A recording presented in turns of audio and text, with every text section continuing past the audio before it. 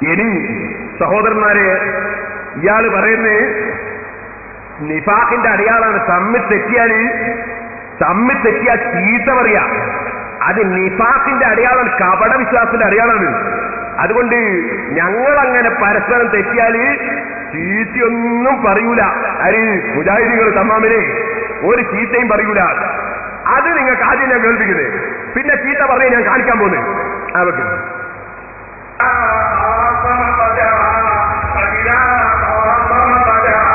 തമ്മിൽ തെറ്റിയോ തെറി വിളിക്കും, ഇത് ഞങ്ങളുടെ സ്വഭാവമല്ല, അങ്ങോട്ടാണ് ഓർമ്മപ്പെടുത്തുന്നു. തമ്മിൽ തെറ്റിയാല് തെറി പറയല് നമ്മളെ സ്വഭാവമല്ല. നിങ്ങള് ഇവിടെ കൊണ്ടുവന്ന് പ്രചരിപ്പിച്ച ഇസ്ലാഹി മാസിക, ഈ ഇസ്ലാഹി മാസിക കേട്ടോളെ, ഹെഡിങ് പട്ടികൾ കുരക്കട്ടെ, സ്വാർത്ഥവാഹക സംഘം മുന്നോട്ട്. ഇതാരെ പറ്റിയാ എഴുതിയത്? ഇത് മറ്റേ മുജാഹിദിന്റെ സുല്ലമിയെ കുറിച്ച്.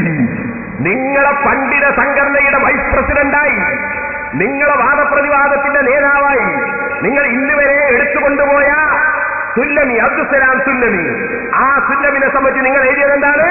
പട്ടികൾ കുരക്കട്ടെ, സ്വാർത്ഥവാഹക സംഘം മുന്നോട്ട്. കണ്ടോ? ഇവര് തമ്മിൽ തെറ്റിയാ പരസ്പരം തെറി പറയൂല പോലും.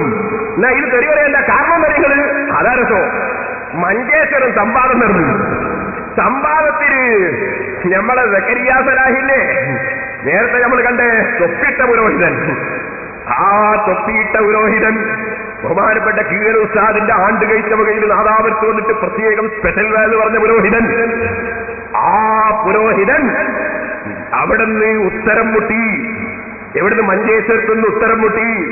അതിനെ സംബന്ധിച്ച് മുജാഹിദിന്റെ നേതാവായ അബ്ദുസലാം സുല്ലമി എഴുതി, അവരെ പത്രത്തില് ശബാബിൽ എഴുതി, മഞ്ചേശ്വരം സംവാദം എന്തിനു വേണ്ടിയായിരുന്നു? എ സുല്ലമി. ഇതിൽ അയാൾ എഴുതിയെന്താണെന്നറിയോ? ഇയാൾ പറയുന്നു, ഈ പണ്ഡിതന്, സക്കരിയ സലാഹിനെ പറ്റി പറയാണ്, ഈ പണ്ഡിതന് അള്ളാഹു ഇറക്കിയ ഒരു ശിക്ഷയായിരിക്കാം മഞ്ചേശ്വരം സംവാദമെന്ന് ഈ സംവാദത്തിന്റെ 5-6 സീഡികൾ കാണുമ്പോൾ ബോധ്യമാകും. സുന്നീ മുസ്ലിയാക്കന്മാരെ ആദരിക്കാനും ബഹുമാനിക്കാനും വേണ്ടി ഇവർ സംഘടിപ്പിച്ചതായിരുന്നു ഈ സംവാദമെന്നും ബോധ്യമാകുന്നതാണ്.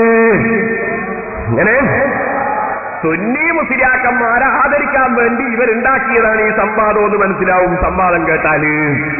മറ്റേ മുജാഹിദ് പറയാണ്, എന്ന് പറയാൻ, സുന്നീ മുസ്ലിയാക്കന്മാരെ അനുസരിച്ചാൽ മുസ്ലിങ്ങൾ ശിർക്ക് ചെയ്തവരാകുമെന്ന് ഉമർ മൗലവി സെൽസദീലിൽ എഴുതിയത് പോലും അംഗീകരിക്കാൻ സംവാദത്തിൽ ഇവർ തയ്യാറാകുന്നില്ല. മടവൂരികൾ ഗൾഫ് സലഫിസം അംഗീകരിക്കുന്നില്ലെന്ന് ഗൾഫ് നാടുകളിൽ പ്രചാരം നടത്തി മടിശ്ലീല വീർപ്പിക്കുന്നവർ. ആരാ മടിശ്ലീല വീർപ്പിക്കുന്നത്? മടിശ്ലീല വീർപ്പിക്കുന്നവർ തൗഹീദിന്റെ വിഷയത്തിൽ പോലും അവരുടെ വീക്ഷണത്തെ അംഗീകരിക്കാൻ മടി കാണിക്കുന്നത് സംവാദം ശ്രദ്ധിച്ചാൽ ആർക്കും ബോധ്യപ്പെടുന്നതാണ്. ഇങ്ങനെ സക്കരിയ സലാഹിക്കും കായപ്പൊടി ഹനീഫ മൗലവിക്കും അവർക്ക് രണ്ടാൾക്കും അള്ളർക്കിയ ശിക്ഷയാണ് മഞ്ചേശ്വരം സംവാദമെന്ന് മുജാഹിദിന്റെ നേതാവ് സലാം സുല്ലമി അവരുടെ ശബാബിൽ എഴുതിയപ്പോ ഇവർക്ക് കലിതുള്ളി തെയ്യതാണ്. പട്ടികൾ കൊരക്കട്ടെ, സ്വാർത്ഥവാഹക സംഘം മുന്നോട്ട്.